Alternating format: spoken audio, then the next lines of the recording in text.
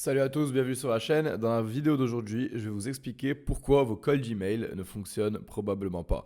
Donc, vous avez peut-être déjà testé la prospection, vous avez peut-être déjà essayé des outils d'automatisation, vous avez pris vos listes de prospects sur LinkedIn, vous avez envoyé des messages sur LinkedIn, vous avez envoyé des emails sur LinkedIn, mais il n'y a personne qui vous répond et vous avez décidé de penser que c'est parce que la prospection ne fonctionne plus ou que tout simplement dans votre industrie, ça ne fonctionne pas. Eh bien, détrompez-vous, on a fait fonctionner nos stratégies de prospection dans des dizaines d'industries différentes sur des tailles de boîtes complètement différentes et à chaque fois on a réussi à avoir de bons résultats. Donc il n'y a pas de raison que ça ne fonctionne pas pour vous. Donc dans la vidéo d'aujourd'hui, je vais vous expliquer quelles sont les trois choses primordiales sur lesquelles il faut se concentrer. Et je vous donne quelques exemples d'études de cas qui ont bien fait leur preuve. Par exemple, Florian, qui est un de nos clients à l'agence Scalebametrics, c'est fondateur d'une agence qui s'appelle Ranier Email, qui propose des solutions d'email et d'SMS à des marques e-commerce. On a pu générer plus de 40 000 euros pour eux en 30 jours parce que c'était 11 rendez-vous générés et 3 clients signés. Vous avez une interview client sur notre site internet que je vous invite à aller regarder. La Zaïd, qui est une agence de web design, vous leur a généré 15 000 euros de deal en une seule semaine de collaboration. Dry Desert, eux aussi, 11 rendez-vous en 3 semaines, un deal signé et d'autres leads dans la pipeline de vente. Et j'en passe des études de cas. Vous en avez plein sur notre site internet que je vous invite à aller regarder. Donc dans cette vidéo, on va parler de trois choses. Votre offre, votre targeting et votre système de prospection. Si vos cold email ne fonctionnent pas, c'est sûrement parce qu'une de ces trois variables n'est pas optimisée. Donc dans la section offre, on parlera de votre offre, des lead magnets, de vos scripts et de la social proof. Dans le targeting, on va parler du segment que vous avez choisi, de la qualité, de la saturation et est-ce que vous parlez au bon interlocuteur. Et finalement, le système, on va parler du volume et de la délivrabilité. Tout d'abord, commençons par votre offre, qui est selon moi la chose la plus importante lorsque l'on fait de la prospection. Donc le problème principal, c'est que personne n'est intéressé par votre offre ou votre service. D'autant plus que lorsque l'on est dans une démarche de prospection, personne ne vous connaît et on ne cherche pas activement de solution. Donc il faut vraiment faire un effort pour se démarquer et attirer l'attention. Donc comment formuler une bonne offre? L'offre n'est pas votre service proposé. L'offre, c'est quel est le résultat final que vous avez à me proposer, en combien de temps et qu'est-ce qui se passe si cela ne fonctionne pas. Donc je vous donne un exemple. Peut-être que votre service, c'est le SEO. Si jamais vous envoyez un email en disant aux personnes je peux vous faire votre SEO, eh bien ça, c'est pas une offre et vous allez avoir très peu de bons résultats. Une offre, c'est je vais vous faire ranker top 3 sur Google Search en 120 jours où nous allons travailler gratuitement pendant 6 mois de plus pour atteindre cet objectif-là. Ça, c'est une offre. Votre offre, c'est d'être top 3 sur Google Search en moins de 120 jours et si ça ne fonctionne pas, on va travailler gratuitement pendant 6 mois pour le faire fonctionner. Vous voyez comment cette phrase est beaucoup plus attirante que dire je fais du SEO. Donc je vous vois venir. Si vous me dites oui, mais ça c'est trop difficile à atteindre, oui, mais garantie de réussite c'est impossible, oui, mais travailler à la performance c'est pas possible, eh bien c'est tout simplement que vous avez encore soit pas bien défini votre cible, parce que si on définit notre cible de la bonne façon, eh bien les personnes qui sont dans notre avatar client, en général, on est certain de pouvoir avoir des résultats pour eux. Et deuxièmement, si vous avez bien défini votre cible, mais que vous ne faites pas ça, c'est que vous ne vous sentez pas encore capable de le faire et vous devez juste être meilleur, avoir des meilleurs talents au sein de votre agence ou vous-même augmenter vos capacités ou augmenter vos skills pour être capable de délivrer un super résultat. Parce que ce ne sont pas des leads entrants, ce ne sont pas des personnes qui viennent à vous par bouche à oreille ou par votre réseau. Ce sont des personnes que vous allez démarcher par vous-même. Donc c'est à vous vraiment de montrer que c'est un no-brainer de travailler avec vous et que si vous n'avez pas une offre exceptionnelle, eh bien il n'y a aucune raison que ces inconnus vous fassent confiance.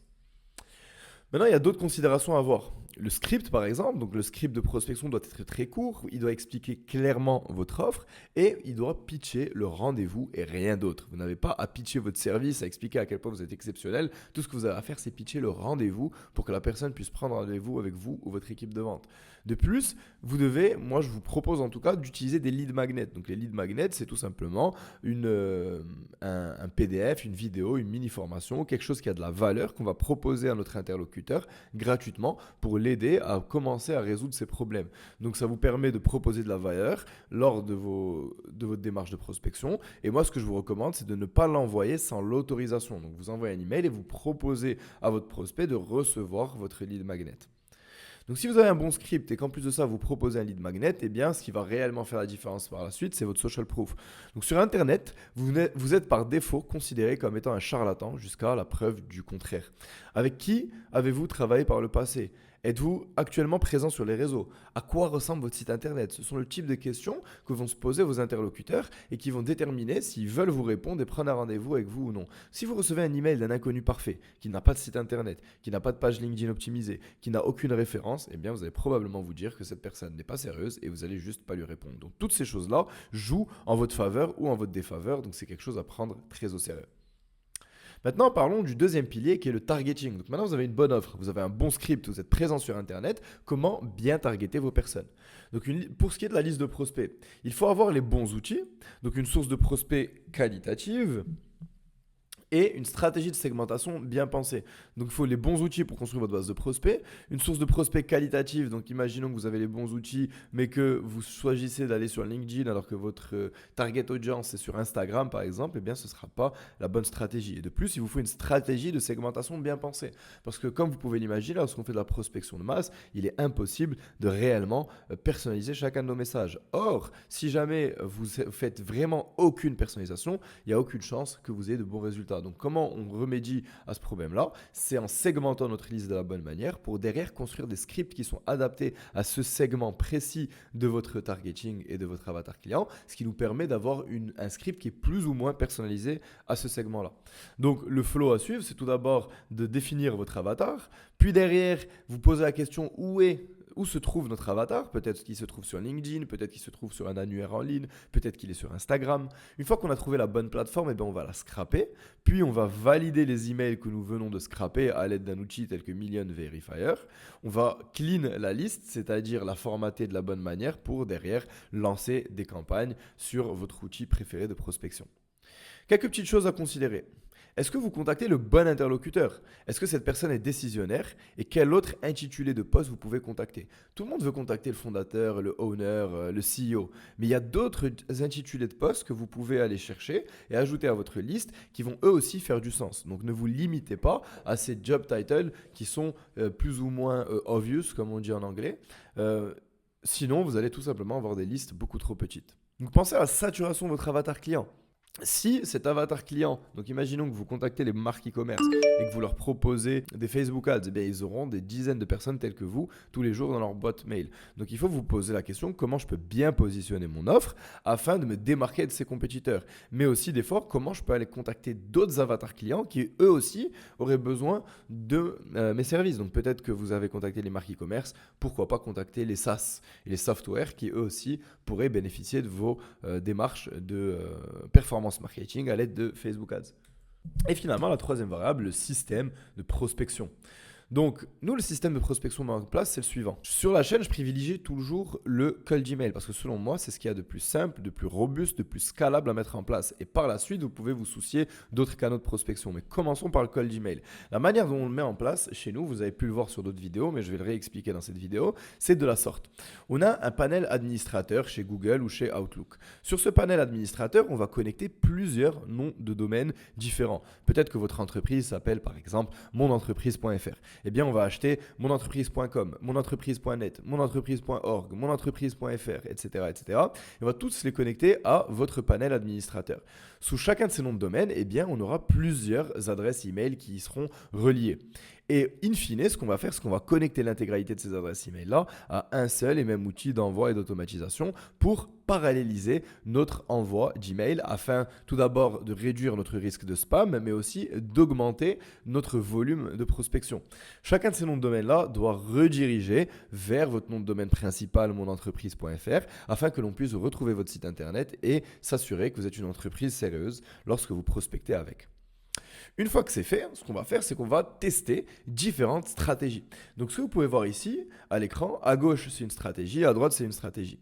Une stratégie, elle se définit par son script, son offre, mais aussi sa segmentation et son avatar client.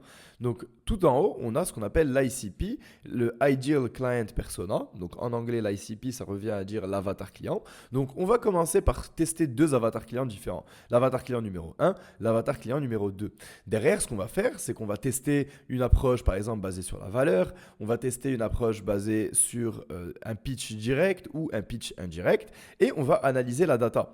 Donc derrière, ça va nous permettre de comprendre pour chacun de ces avatars clients et ces segments différents quelle approche a porté ses fruits et derrière, on va se focus sur l'approche qui aura fait ses preuves et on n'aura pas juste on n'aura pas juste émis une hypothèse, on aura réellement testé de manière rigoureuse et analysé la donnée pour savoir, pour chacun de nos avatars clients, laquelle des stratégies fait le plus de sens et derrière, vraiment mettre l'accent sur cette stratégie et sur l'avatar client qui aura porté ses fruits. Ces stratégies-là, elles nous permettent de nous concentrer sur une bonne délivrabilité. J'en ai déjà parlé dans la chaîne, ce cercle vertueux de la délivrabilité, qui consiste tout simplement à se dire que si on a une bonne délivrabilité, on tombe donc dans la boîte principale de nos prospects, ce qui nous permet d'avoir un meilleur taux de réponse, ce qui va signaler à Google et Outlook qu'on est tout simplement pas des spammers et donc on va augmenter notre réputation aux yeux de Google et Outlook et derrière ceci va impacter notre délivrabilité qui impactera notre habilité à tomber dans la boîte principale, etc. etc. La question que j'ai pour vous, c'est à quel point cela pourrait changer votre business si on pouvait obtenir 15 à 20 opportunités de vente supplémentaires tous les mois pour votre entreprise? Eh bien, c'est la promesse que l'on fait chez Scalebametrics. Sur notre agence, que ce soit dans une démarche d'accompagnement, de formation ou de délégation complète de vos démarches de prospection, eh bien, on vous génère des rendez-vous qualifiés avec des décisionnaires dans votre avatar client et ça de manière garantie parce qu'on va travailler à la performance, c'est-à-dire qu'on va seulement vous charger lorsqu'un rendez-vous qualifié a été généré dans votre calendrier ou nous allons vous faire un transfert de connaissances, c'est-à-dire vous expliquer comment mettre ces mêmes systèmes en place et vous permettre de scaler votre agence à l'aide de nouveaux canaux d'acquisition qui sont ceux de la prospection. Je vous remercie d'avoir regardé cette vidéo. Si ça vous intéresse, il y a un lien dans la description que je vous invite à aller consulter pour voir nos études de cas, nos références, nos méthodes et prendre un rendez-vous avec nos équipes afin de discuter ensemble de si cela peut bénéficier à votre boîte. Je vous remercie d'avoir regardé cette vidéo. Je vous invite à suivre la chaîne, mettre un like, commenter la vidéo. On met des vidéos comme ça gratuites chaque semaine sur la chaîne et c'est ce type d'action qui nous encourage à continuer à produire du contenu gratuitement sur la chaîne chaque semaine. Je vous invite aussi à faire une remarque constructive ou même m'expliquer quel type de thème, quel type d'outils, quel type de questions vous avez qu'on n'a pas encore abordé sur la chaîne et je me ferai un plaisir de filmer ce type de vidéo au cours des prochaines semaines. Je vous remercie d'avoir regardé cette vidéo, je vous dis à très vite, c'était Othman et je vous dis à la semaine prochaine.